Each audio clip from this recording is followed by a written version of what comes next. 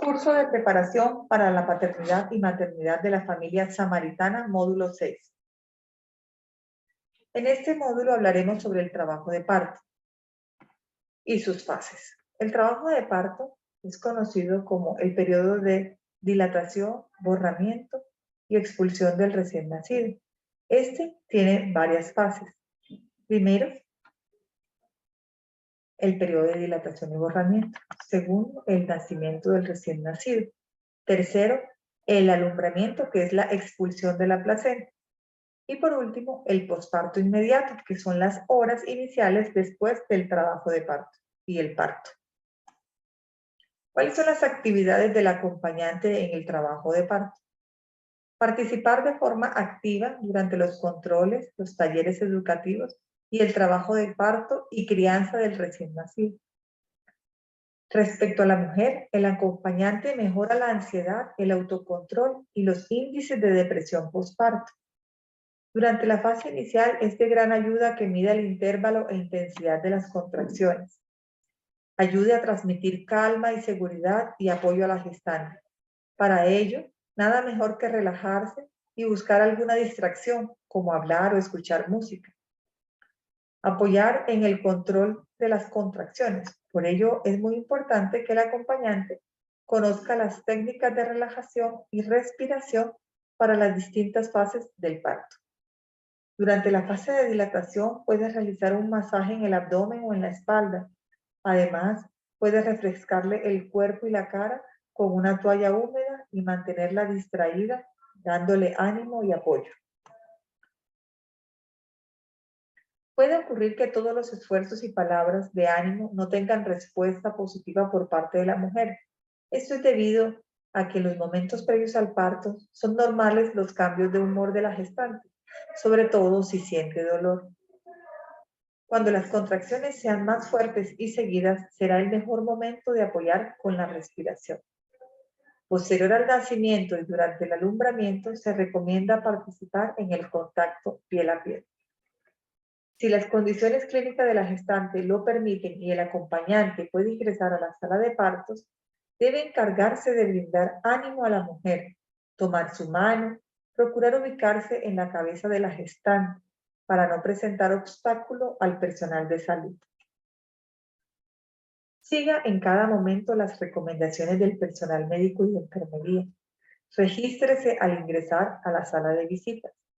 Para el ingreso a la sala de parto se requiere el uso de elementos de bioseguridad que deben ser llevados por el padre el día del nacimiento.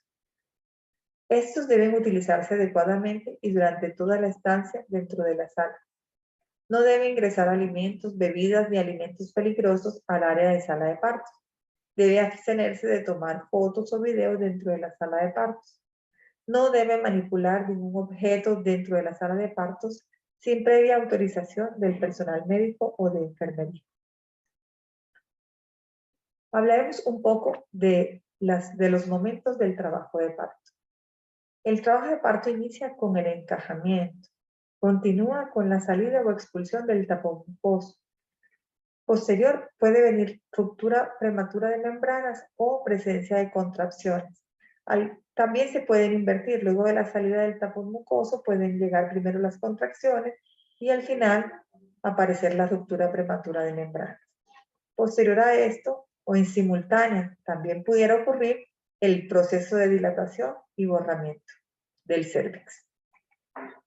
¿Qué es el encajamiento? Como vemos en esta imagen, el encajamiento no es más que la ubicación de la cabeza del feto en la pelvis materna. Ocurre 2 semanas antes del parto, donde el bebé desciende hacia la parte más baja del abdomen y se encaja en la pelvis. Siguiente paso, la salida del tapón mucoso y salida y ruptura de membranas. No siempre ocurre en simultánea. La ruptura de membranas es algo que puede ocurrir desde el principio del trabajo de parto o incluso puede ocurrir antes del expulsivo o la salida del recién nacido, cuando ya ha completado la dilatación y el borramiento. Para efectos prácticos lo incluimos en esta primera etapa del trabajo de parto, que es la expulsión del tapón mucoso. Cuando eso ocurre, es una señal de que está cerca el trabajo de parto. Esta salida del tapón mucoso, que no es más que un moco que protege al bebé que está guardado en su saco placentario, en sus membranas, en su saco amniótico, y es un signo para consultar por urgencia. Es normal que algunas veces este tapón mucoso, que usualmente es transparente, pueda tener unas líneas o muy escasas trazas de material sanguinolento. Es normal por la dilatación del cervix. Posterior a la salida del tapón mucoso, puede ocurrir la ruptura de las membranas amnióticas, pero no necesariamente tenga que ocurrir después de la expulsión del tapón mucoso, como ya les dije. La ruptura de membranas, que no es más que la salida de líquido por la ruptura de las membranas amnióticas. Esta puede ocurrir de forma abundante, que moje la ropa de la paciente, incluso forme un gran lago en el piso, o puede salir de forma continua por un goteo permanente que al final termina siendo gran cantidad de líquido. Usualmente este líquido sale por la vagina, tiene un color en agua de arroz, la temperatura es la misma temperatura corporal, y se diferencia porque la orina obviamente es amarilla, clara, la paciente siente y sabe que no es orina y se diferencia muy fácilmente por el color. Las contracciones, que no es más que el útero intentando expulsar al feto, ya que ese es el objetivo de este proceso.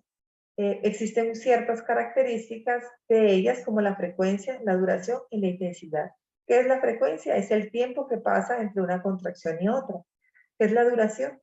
Es el tiempo que pasa desde el inicio de una contracción hasta el fin de esta. Y la intensidad no es más que la valoración del dolor que genera esa contracción. Las contracciones son progresivas en tiempo y duración. La dilatación no es más, como vemos en esta imagen, que la apertura del cervix para permitir la salida del feto. Esta dilatación ocurre de forma progresiva y va aumentando tanto la intensidad como la duración de las contracciones. Asimismo, el intervalo entre ellas se acorta. Cuando la paciente sienta cada 5 minutos con una contracción y que esta dure de 30 a 40 segundos, en ese momento la paciente debe consultar a urgencia. Hasta el momento habrán transcurrido aproximadamente de 4 a 6 horas cuando llega a este punto de tener una contracción cada 5 minutos. La fase de transición es aquella cuando las contracciones se presentan cada 1 o 2 minutos con una duración de 1 minuto aproximadamente. La dilatación del cuello va en progreso y el objetivo es alcanzar los 10 centímetros, que es la distancia mínima que permite la salida del feto completamente. La dilatación es una fase fácilmente reconocible, ya que la paciente siente una sensación de calor, estiramiento y ardor en la vagina, acompañado de sudoración alrededor de la boca, así como ganas de pujar. Sin embargo, no debe hacerlo hasta que el médico se lo indique. El cuello del útero comienza a dilatarse o abrirse y recordemos que la dilatación va entre 0 a 10 centímetros. Es progresiva y depende de la presencia de unas buenas contracciones. El expulsivo o nacimiento. Como vemos en esta imagen, vemos al útero, vemos la placenta que está ubicada en el fondo del útero, vemos el cordón umbilical que comunica a la placenta con el feto y vemos el feto con la expulsión o salida de la cabeza. En este momento ocurre el nacimiento. Tan pronto sale la cabeza del bebé, el médico succiona el líquido amniótico, la sangre y el moco de su nariz y de su boca. Las contracciones y pujos subsiguientes ayudan a que salga el hombro y el cuerpo del bebé. Luego el bebé pasa a un proceso de adaptación neonatal donde se le ligará el cordón umbilical, se pesará y se le tomarán diversas medidas, entre otras actividades que se le realizan. El alumbramiento es lo mismo que la expulsión de la placenta.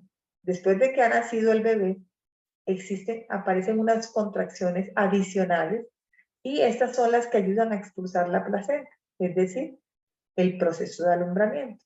Vemos en esta imagen, aquí está el útero, está la placenta en el fondo y está completamente adherida. Luego aparecen las contracciones adicionales y es la que produce el alumbramiento. ¿Cuáles son las posturas ideales durante el trabajo de parto? No existe una postura estándar. Definitivamente cada paciente, de acuerdo a sus deseos, a su cultura, a sus creencias, tomará la postura que mejor se acomode o con la que se sienta más identificada. Algunas pacientes deciden estar en posición de pie, otras deciden estar contra la pared, otras deciden estar siempre acompañadas, otras prefieren recibir el parto de forma sentada, otras recibirla en posición de flor de loto y otras definitivamente prefieren estar acostadas. Entonces, la posición dependerá del deseo de la paciente en ese momento. Ejercicios para fortalecer el perineo. Existen varios ejercicios que podemos practicar durante las semanas previas al trabajo de parto. Entre esos, los ejercicios de core. Básicamente son ejercicios de glúteos y adoptan diferentes posiciones como la del perro, la del gato o la del avión. Están también ejercicios de balanceo pélvico, de extensión máxima del periné, de extensión en pareja, entre otros. Respiración para el parto. ¿Cómo debe ser la respiración durante el trabajo de parto? La respiración, hay varios tipos. Hablemos de la respiración diafragmática. Esta respiración se utiliza para aliviar las contracciones más intensas durante la fase de dilatación del cuello uterino. Tome aire por la nariz para que los pulmones se llenen al tiempo que el abdomen se hincha poco a poco. Expulse el aire por la boca mientras contrae lentamente los músculos del abdomen. Otro tipo de respiración es la respiración costal e inferior o jadeo. Esta respiración se utiliza para controlar las ganas de pujar en la fase de dilatación y expulsión. Tome aire y expulse de forma sucesiva en forma de jadeo o soplo. Y la respiración en la fase de expulsión.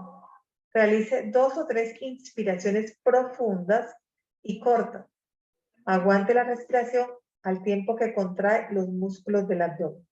A continuación, relaje los músculos y expulse el aire.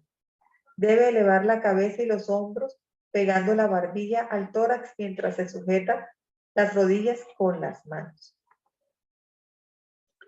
¿Qué es la analgesia obstétrica? El beneficio principal de la analgesia obstétrica es disminuir el dolor de las contracciones. Se puede recibir varios tipos de analgesia. Una de ellas es la analgesia epidural, que es la que se coloca en la espalda. La persona permanece despierta, alerta y casi sin sentir dolor mientras participa activamente del nacimiento de su bebé. La analgesia epidural, como vemos en esta imagen, se coloca por parte del anestesiólogo en mientras la paciente está sentada o incluso puede estar acostada.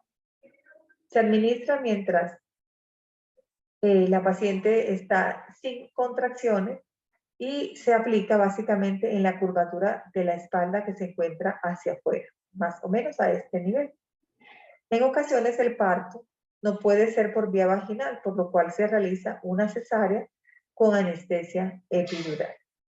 Después de que reciba la epidural, el médico vigilará su ritmo cardíaco y el de su bebé. Vemos en esta imagen cómo a través de la espalda, en una aguja, inyectan anestésicos a nivel del espacio peridural.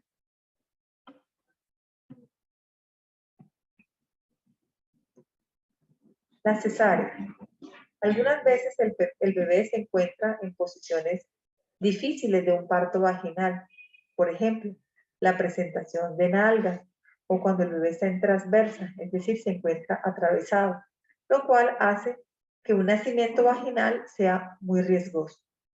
Otras veces ciertas condiciones médicas, tales como tener una placenta previa, significa que está ubicada en la parte muy baja del útero y bloquea la salida del bebé.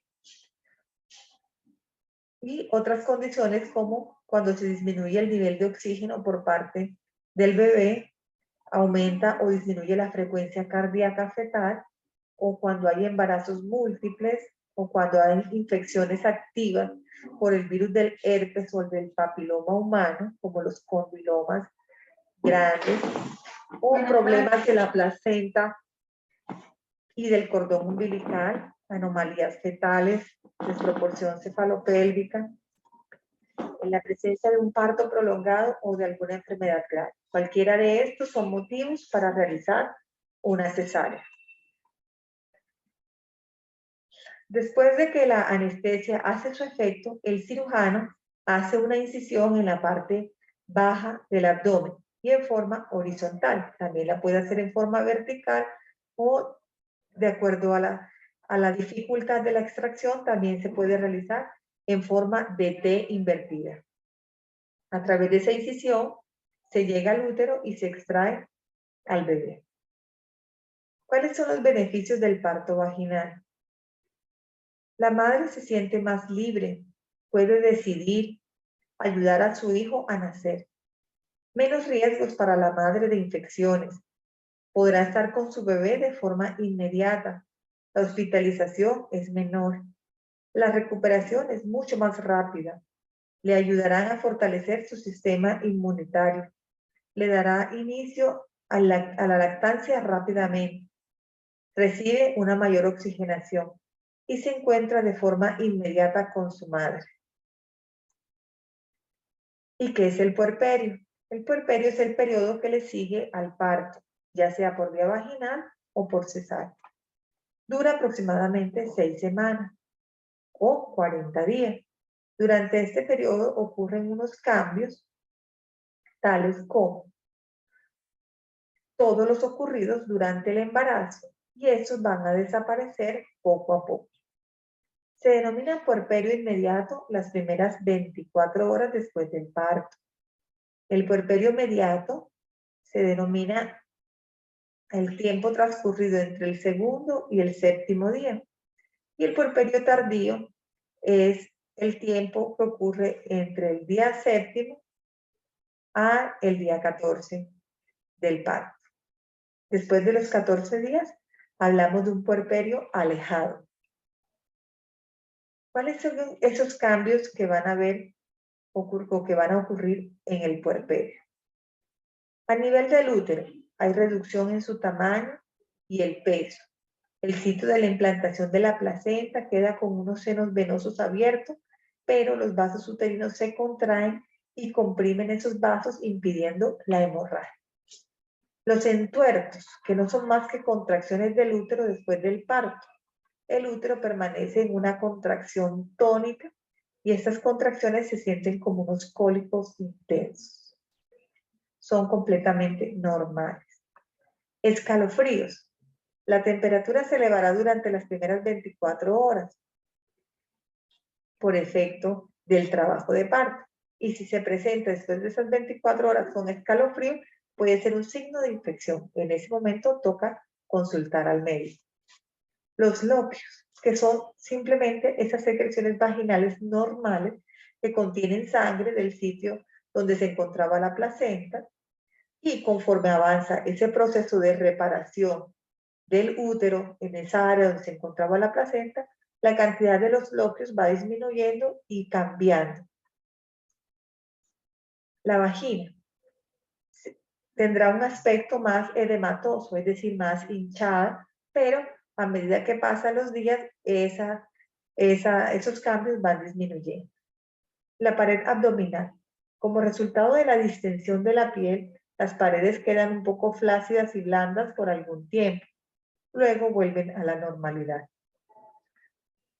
Las vías urinarias. Los uréteres y las pelvis renales recobran sus dimensiones normales aproximadamente entre 2 a 8 semanas después del parto. Esta condición favorece la presencia de infecciones urinarias en las primeras semanas después del parto. Las mamas aumentan de tamaño durante el embarazo y con el nacimiento del recién nacido y el aumento de una hormona llamada la prolactina, estimula la producción de leche materna y la salida de esta. Esta se mantiene por el estímulo de succión del bebé y esta leche inicial que baja en las primeras horas después del parto se denomina calostro.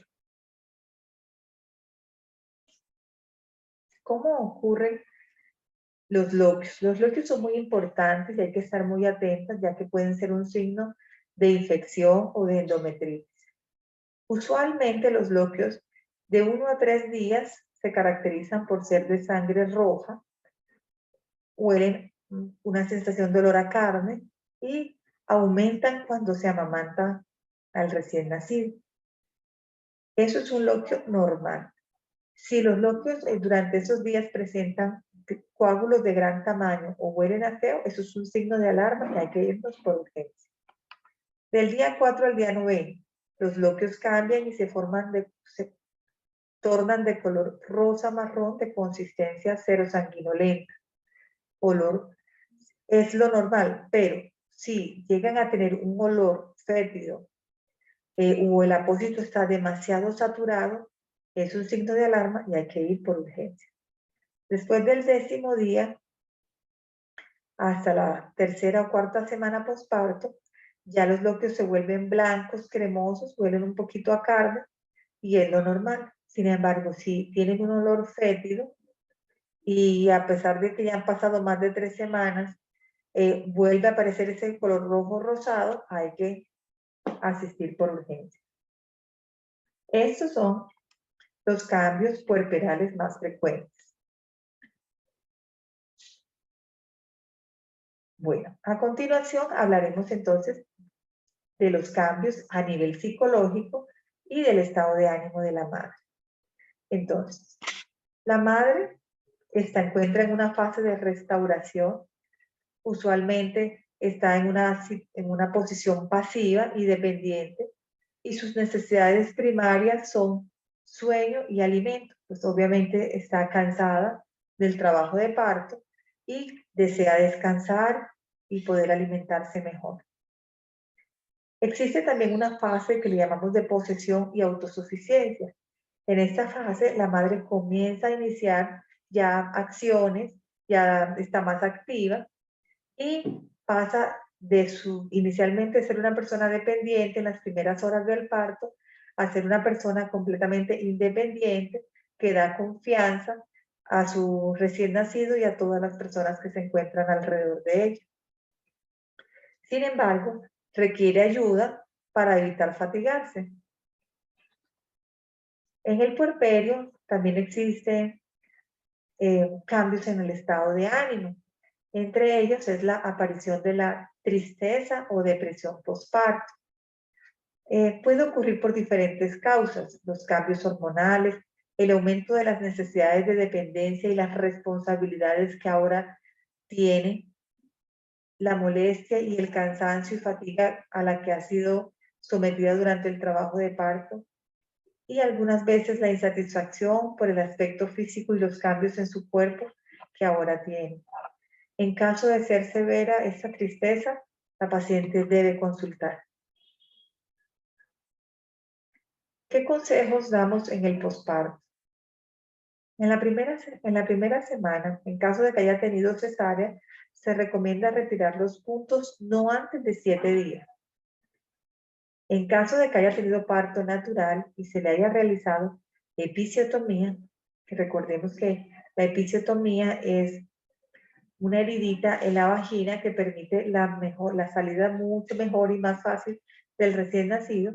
A esa heridita se toman unos puntos conocidos como episiorragia. Estos puntitos se caerán solos, no hay necesidad de retirarlos. Simplemente hay que tener un adecuado cuidado del periné y deambular por la casa suavemente. En la segunda semana se recomienda que la paciente ya realice quehaceres domésticos de baja intensidad, que deambule por su casa de forma moderada, limite, eso sí, el número de visitas y tómese descansos varias veces al día. Al 7º día la paciente debe tener un control posparto con su médico. La tercera semana se recomienda realizar los ejercicios de Kegel. Y de la cuarta a la sexta semana se debe realizar un examen médico y un chequeo de las mamas. Debe iniciar un método de planificación familiar. Hay que estar siempre atentas durante todo el puerperio de vigilar los signos de infección, de caminar de forma rápida lo más pronto que pueda, el uso de una ropa interior cómoda, el cambio de la toalla higiénica periódicamente, el aseo en el área genital y la curación de la herida en caso de cesárea son recomendaciones fundamentales de sus cuidados posoperatorios. En el puerperio, tome también abundantes líquidos. Hay que tener una dieta rica en proteínas, vitaminas y fibra. Evite comidas irritantes, evite el café, el té y el cigarrillo, así como las bebidas alcohólicas. Están contraindicadas. Y por último, los signos de alarma del puerperio. Fiebre mayor a 35 grados, sangrado exagerado o coágulos muy abundantes, dolor abdominal lumbar, ardor o aumento en la frecuencia urinaria, dolor y enrojecimiento a nivel de los senos, secreción, dolor o enrojecimiento a nivel de la herida quirúrgica, depresión intensa, dolor de cabeza, luces, pitos e inflamación de las extremidades y ojos. Ante cualquiera de estos, inmediatamente asistir por urgencias. Y por último, recordemos los signos de alarma durante el embarazo. Náuseas incoercibles o muy frecuentes, vómitos, dolor tipo ardor en la boca del estómago, salida de líquido por la vagina, dolor, ardor o molestias al orinar, flujo genital de mal olor o con picazón, el sangrado vaginal, la fiebre y la diarrea son signos que nos deben llevar a consultar durante el embarazo a urgencia. Muchísimas gracias.